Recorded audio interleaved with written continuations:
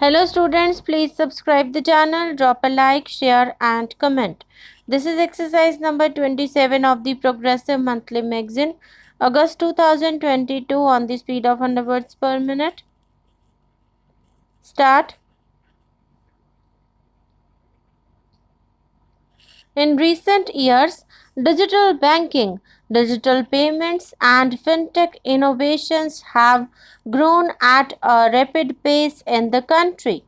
Government is continuously encouraging these sectors to ensure that the benefits of digital banking reach every nook and corner of the country in a consumer friendly manner.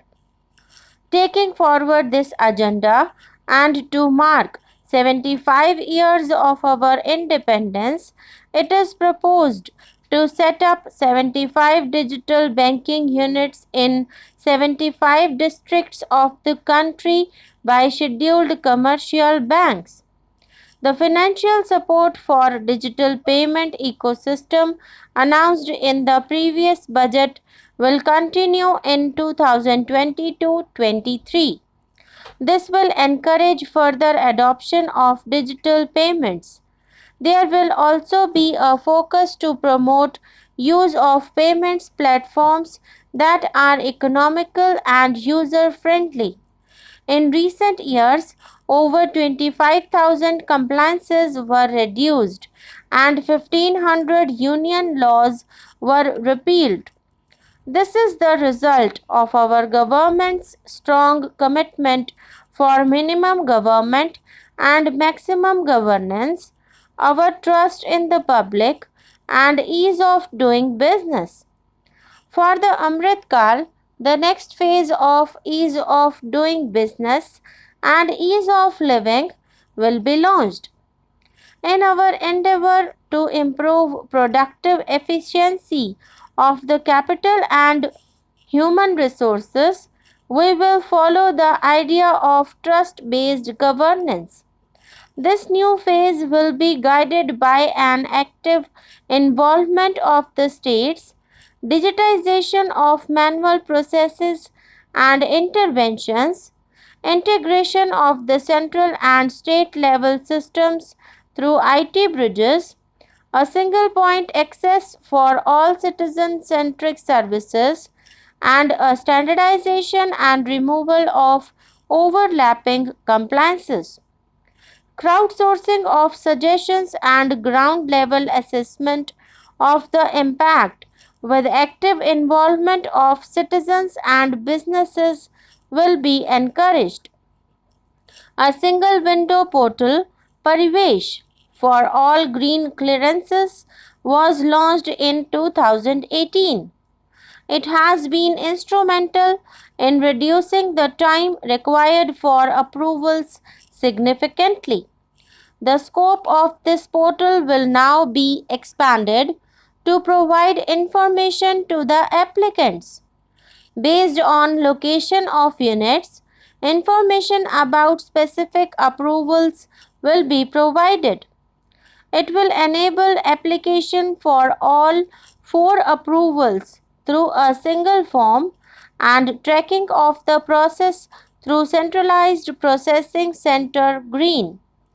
The issuance of e-passports using embedded chip and futuristic technology will be rolled out in 2022-23 to enhance convenience for the citizens in their overseas travel. By the time of India at 100, nearly half of our population is likely to be living in urban areas as such. For this, on the one hand, we need to nurture the megacities and their hinterlands to become current centers of economic growth. On the other hand, we need to facilitate Tier 2 and 3 cities to take on the mantle in the future.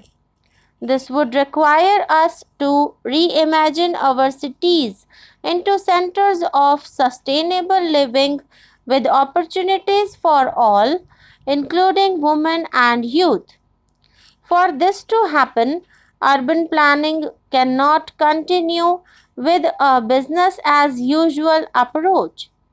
We plan to steer a paradigm change. A high level committee of reputed urban planners, urban economists, and institutions will be formed to make recommendations on urban sector policies, capacity building, planning, implementation, and governance. For urban capacity building, support will be provided to the states. Modernization of building bylaws, town planning schemes, and transit oriented development will be implemented. This will facilitate reforms for people to live and work closer to mass transit systems.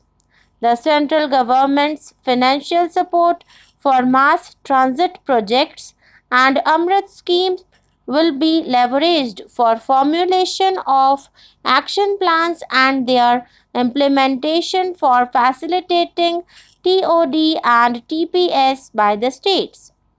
For developing India's specific knowledge in urban planning and design, and to deliver certified training in these areas, up to 5 existing academic institutions in different regions will be designated as centers of excellence.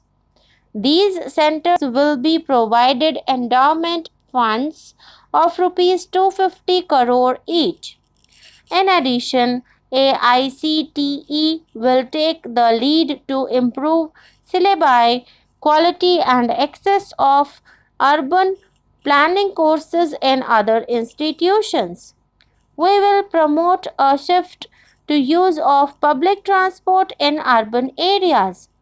This will be complemented by clean tech and governance solutions, special mobility zones with zero fossil fuel policy, and EV vehicles. Considering the constraint of space in urban areas for setting up charging stations at scale, a battery swapping policy will be brought out and interoperability standards will be formulated. The private sector will be encouraged to develop sustainable and innovative business models for battery or energy as a service. This will improve efficiency in the EV ecosystem. Efficient use of land resources is a strong imperative.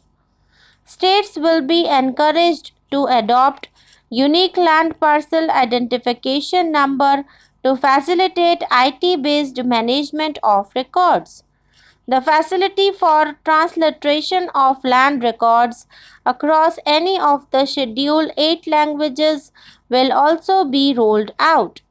The adoption or linkage with National Generic Document Registration System with the One Nation One Registration software will be promoted as an option for uniform process for registration and anywhere registration of deeds and documents. Necessary amendments in the code will be carried out to enhance it.